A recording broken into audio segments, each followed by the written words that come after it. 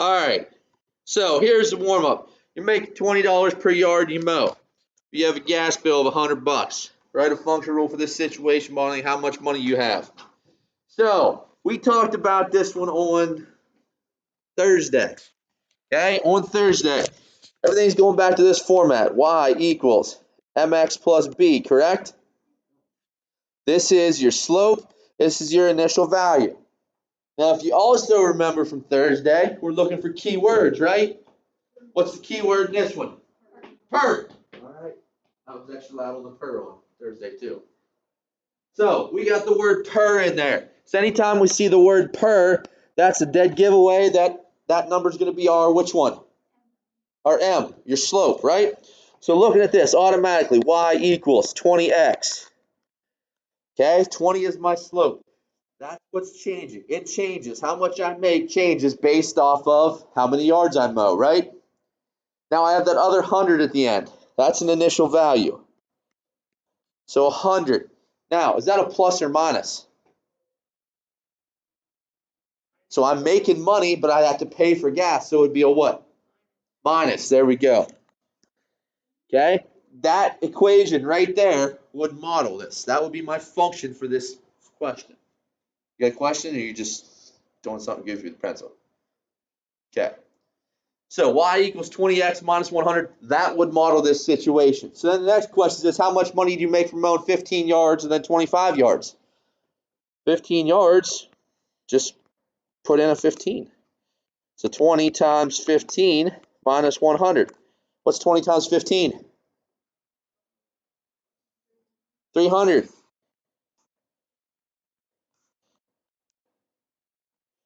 300 minus 100 is going to be what? 200. Okay? 25 yards. Plug in a 25. What's 25 times 20? 500. 500 minus 100? 400. Still not a bad week, is it? 20 bucks per yard. You got to mow 20 yards. Or 25 yards. It all depends on how big the yards are, though, too, right? I mean, if you're mowing yards to take 4 or 5 hours, you're only getting 20 bucks. You're getting ripped off. But all right, questions on that? All right, let's move on to the next lesson. This is the last lesson we're going to do in chapter 4. So what does that mean? We are prepping for a test. We're looking at a test probably next Monday, Tuesday. So we're looking at finishing the chapter today. Okay? Well, I had someone last period try to pull that one. All right, so we're looking at the last lesson today. Thursday, we'll review everything. Monday, looking at the test. Sound good? Even if it doesn't sound good, that's what we're going with. Got it, Johnson? Okay.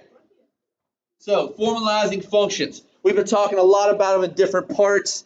So let's just formalize them just a little bit more. So here's some definitions for us and some more specific things about it. Give you a hint. This page right here would be a pretty darn good matching question. No. Okay. So relation is a pairing of numbers in one set with numbers in another set. Domain is your input number set or your x values, and range is your output number set or y values. Then a function is a special type of relation in which each value in the domain is paired with exactly one value in the range. All right, so just take note of this.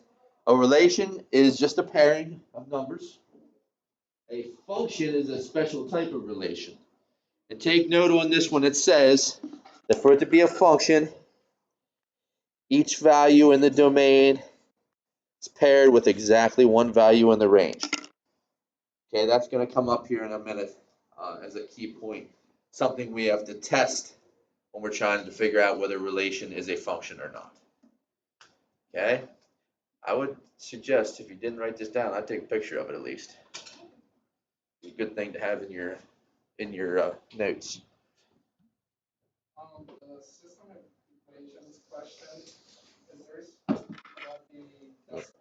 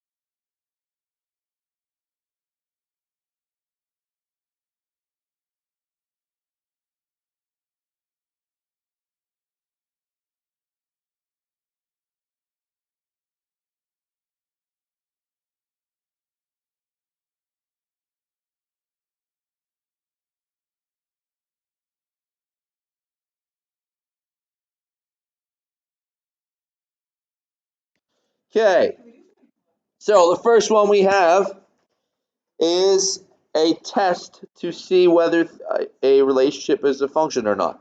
So a function test, the first one, we're on two types of function tests. One is the mapping diagram, and two is the vertical line test.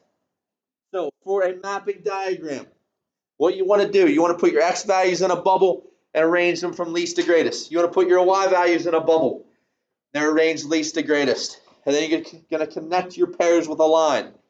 If each x only goes to one y function, if each x only goes to one y, then it's a function. If an x goes to two y's, it's not a function. All right? This is the most important part right here. All right? This is pretty straightforward. This is the most important part right here, these two sentences. Okay? So I would write this down. Mapping diagram, these two statements.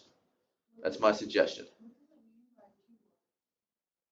You'll see when I draw the line between the two, if I only have one line, I'm good. If I have two lines, you'll see here in a second. I'll show you. This is one, it's easier to see kind of with an example.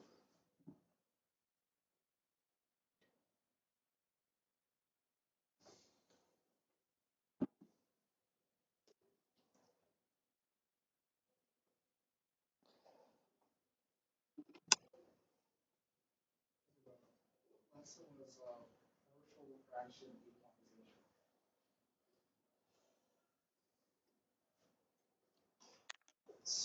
That might have been one. That was right before Christmas. Yeah. 7-4-ish. Because I don't have the notes. Yeah, the notes. No, we didn't. Because that might have been the last year. I mean, where do you put it? I don't think that was the one that we got.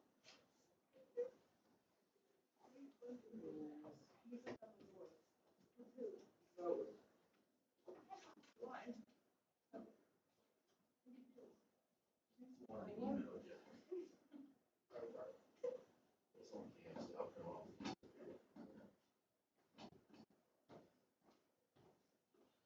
All right, good? All right, let's look at some examples. We're going to do 4 of them. We'll do 2 together, and then you'll get 2 on your own to do. Where the heck's my marker? To scribble on the screen thing. Somebody take it. On your desk. Back.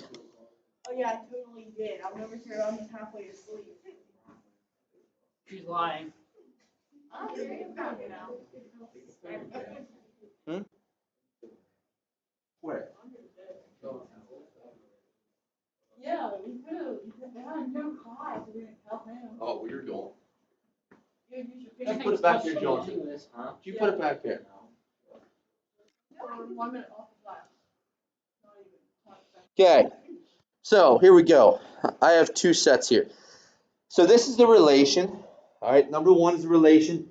It's pairing these 2 numbers together. These 2 together. These 2 together. These 2 together. They're points. Okay. So I'm going to pair them together. What I want to do first, I need an X bubble, and I need a Y bubble. Okay. So in the X bubble, I'm going to write them down from smallest to largest. So I have -2, 0, 4, and 5. Those are all my X's. Bubbles, boxes. I like bubbles. Okay, so there's my X's.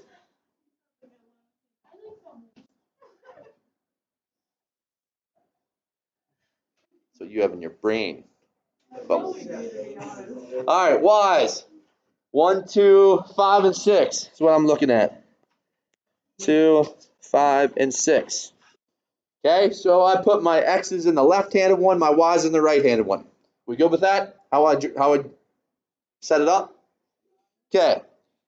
So then -2. What does -2 pair with? 1. Okay, it's written in the same set of parentheses. So I connect them with a line. 0 pairs with 2. 4 pairs with 6. 5 pairs with 5. If I look at my X side, is there one line coming from every X term? One line and only one line. One line from the -2, one line from the 0, one line from the 4, one line from the 5. So there's only one, correct? I'm good. Therefore, it's a function. Each x term only has one line coming from it. Okay? We didn't do that one yet. First off, does this make sense? No. One line, one line, one line, one line. All I care about is my x side. Don't even look at the y's. Just look at the x's. Each x has one line coming from it, therefore it's a function. It's what it's paired with up here. -2 and 1 is paired. 0 and 2 are paired, so on. All right, let's do a second one. So the second one, my x's. I have 4, 5, and 6. I have 6 twice, so I only got it right at once. Y's. Looks like 3, 4, 5, 8. 4, 5, 8. Okay, wrote the smallest to largest. First off, 6 and 5 are paired. 6 and 5. All right, 4 and 3. 4 and 3. 6 and 4. And 5 and 8.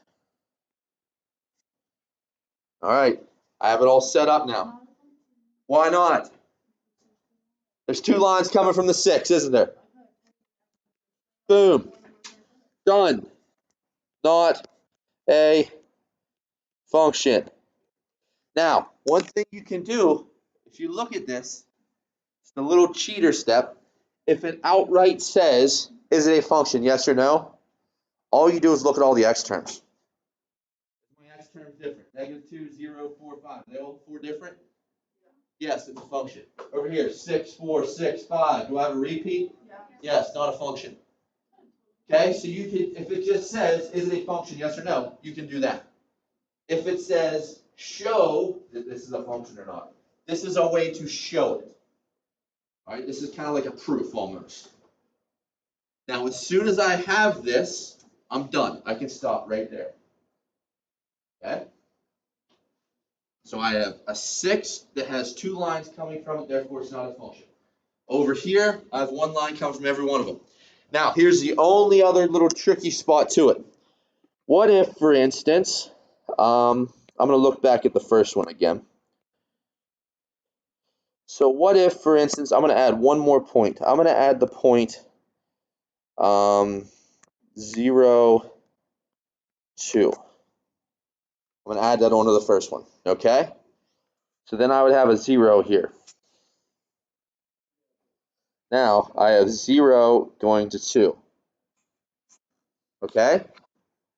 Now I said it before, all I care about is which letter? X's or Y's? X's. I only care about the X's. Does every X still only have 1 line coming from it? Yes, so it's still a function. Now someone's sitting here going, wait a second, Mr. Thomas, there's 2 lines coming to the 2 over here. I don't care.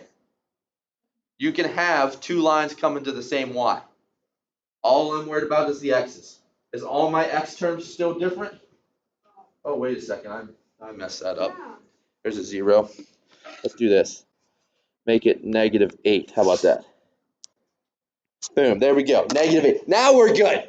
Now it makes sense. Okay? All my X's are still different. Okay?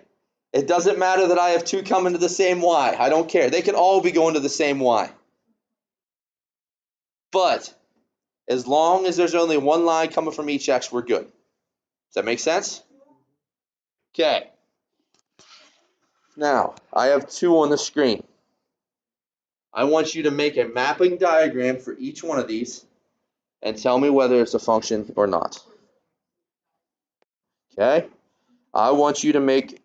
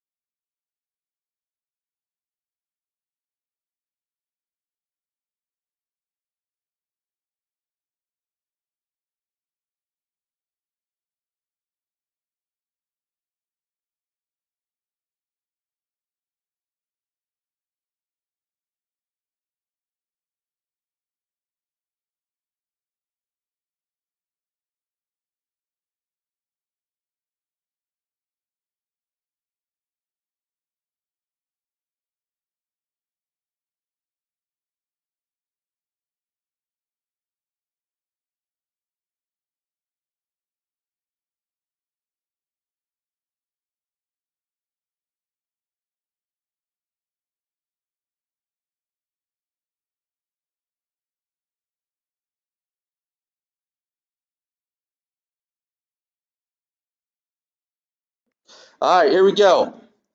So the first one, mapping diagram. Maybe. Okay, X's. Somebody read them off to me. Shouldn't it be in? Okay, yep. 4, 5, 7. Okay, Y's. 0, 1, 2, 4. 4, 5, and 7. I have two 4s. I don't have to write them both. Okay, what's 4 go with? 1. How about 5? How about 7? And 4 and 0, right? Okay, what's my problem? Right there. Good. Not a function. Okay, over here. Read me off my X's.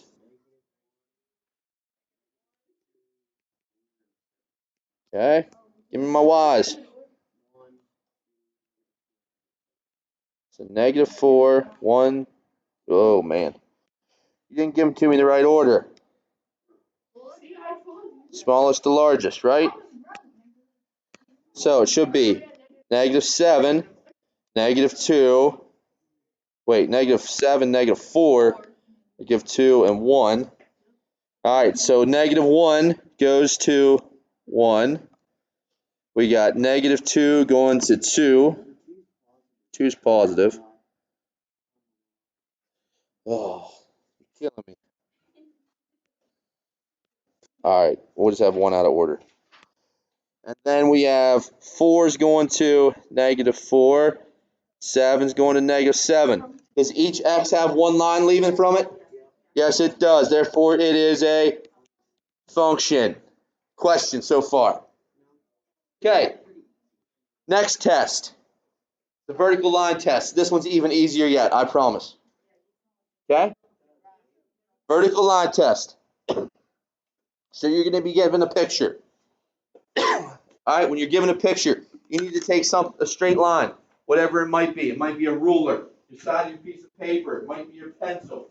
And you're going to pass that straight line from left to right across your graph. Okay, if you only ever have 1 point touching that straight line as you're moving across, it's a function. If at any point you have 2 points touching the same time, it's not a function. This one's very, very easy, I promise you.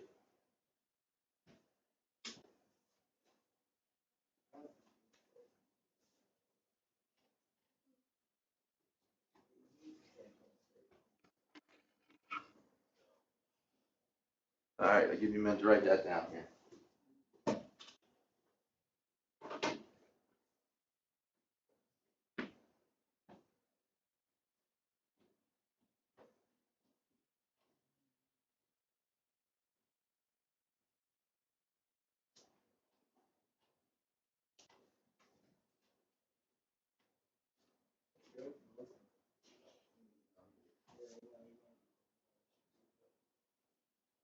No, Jason, how he hasn't eaten in a few days. He ate yesterday. You did? Yeah. You good? You still writing? He's gonna use this one for the daily right now. Okay. So, if I have something that looks like this. All right? So hey, I have a graph of a relation here. So what you do, take a straight line. All right? And you're going to start. I'm going to look at this right edge. See this line is touching it? As I pass across it, I only have 1 point touching. 1 point, 1 point, 1 point, 1 point. The whole way through. Is there ever anywhere that I have more than 1 point touching at once? I'm so confused what you just did. What? What did you just Do this again. This is my straight line. Okay, this is my vertical line. Look at this green line here. Yes. How many points are touching it at once? Just one spot right here. See where it's intersecting my straight line at? Okay, I'm trying to keep my finger with it. All right, still it's only one spot it's touching. One spot, one spot, one spot, one spot, the whole way through. Only touches ever at one spot. That would be a function. Let me show you one on the other side. That might clear it up. If I have this,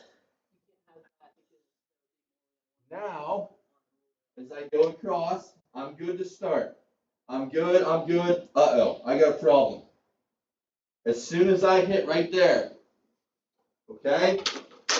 As soon as I hit this spot on my graph, right here, now I have a spot here intersecting, and I have a spot here intersecting. Is that two spots intersecting the same vertical line? Yes. Stop right there. Not a function.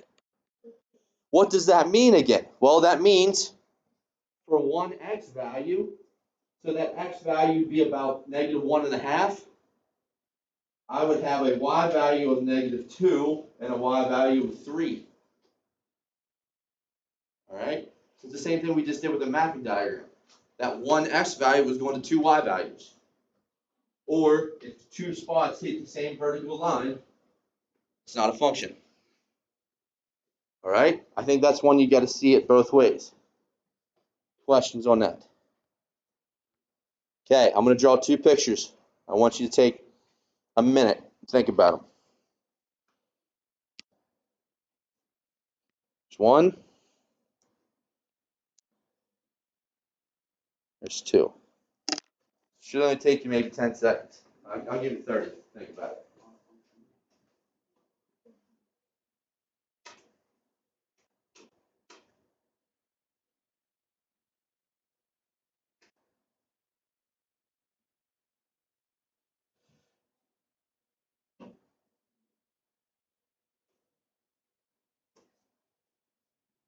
All right, so the one on the left. Who says function? Who says not a function? That is correct. Why is it not a function? It would hit in two places, right? There, that line right there that I just drew. Does that hit in two places? Yep. And it only needs one spot where it hits in two places. Okay? Second one. Who says function? Not a function. That is correct. It is a function. All right, it is good. Now, be careful. Every once in a while, you might get one where they just like throw a random point in there too. So now if I have this, now it's not a function because it would hit right here. Make sense? All right, I think that concept's pretty easy. Mapping diagram, vertical line test. Neither one of those are too bad, I don't think. All right, last thing of the day. Last thing of the day is called function notation. So function notation is you replace your y with f of x in your equation. F is now the name of the function. It is not a variable. So up until this point, we've been looking at stuff that says y equals 3x plus 4, correct? In function notation, you would replace y with fx. And you would say it f of x. Okay? F of x equals 3x plus 4. Now, the reason we do that is just makes it easier when you to plug numbers in, honestly. All right, so it's saying the function of x equals 3x plus 4. Now then, if I put a number in the parentheses, all that means is plug that number in for x. So if I have f of 2, that means put a 2 in for x. If I have f of 10, put a 10 in for x and solve. Okay? We're going to do that here in a minute. But all it does, all function notation does is take your y, replace it with f of x. It doesn't change the value of it. It doesn't change the function at all. It doesn't change what it is. It's just a different way to write it. And especially when we get to the point where we're plugging numbers in, just makes it simpler. All right, and the biggest thing, if you see f of a number, just plug that number in. That's all it means. Good? Okay. So here I have f of x equals 3x plus 4. I want to find f at 2, f at -3, and f at 9. So if I want to find f at 2, well, f at 2 means I just put a 2 in here. 3 times 2 plus 4. What's 3 times 2? 6 plus 4 is 10.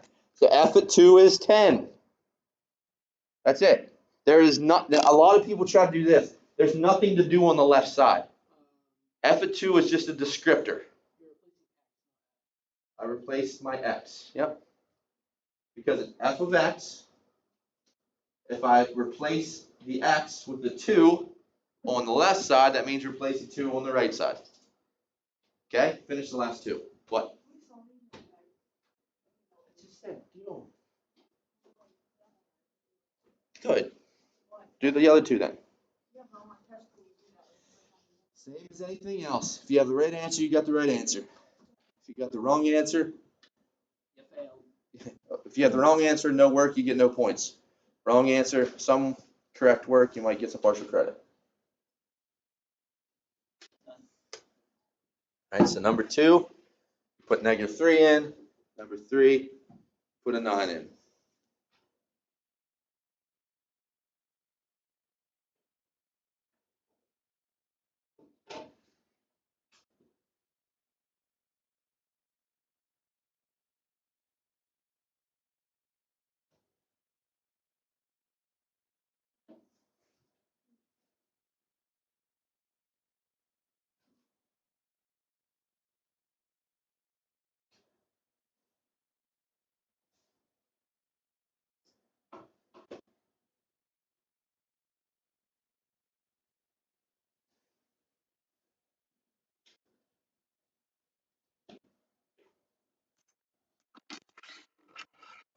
Okay, what'd you get for f at -3?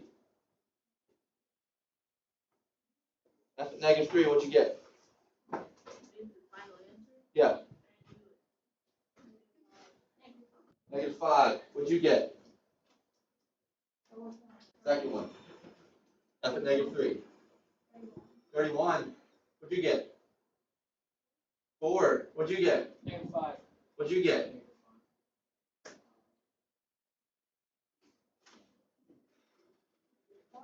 Okay, let's check it out. So, f at -3 equals 3 times -3 plus 4. What's 3 times -3? -9. What's -9 plus 4? -5. So -5 is correct. Yeah. All right, let's try. So what'd you get for the third one? Okay, what'd you get?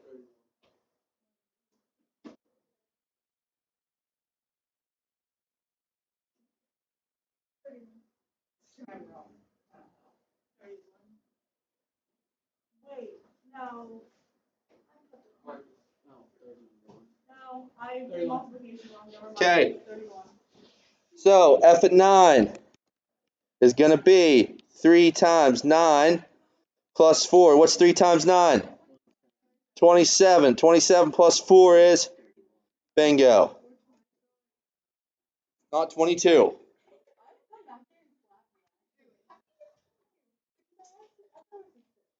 Last problem of the day. Here we go. Last problem of the day. This one sounds really confusing, but it's not, I promise. It says the domain f of x equals -2x plus 4 is 1, 2, 3, 4. What's the range? So there's a lot of information there. Let's flip back to the beginning. What's the domain say? Bubbles, read the domain for us.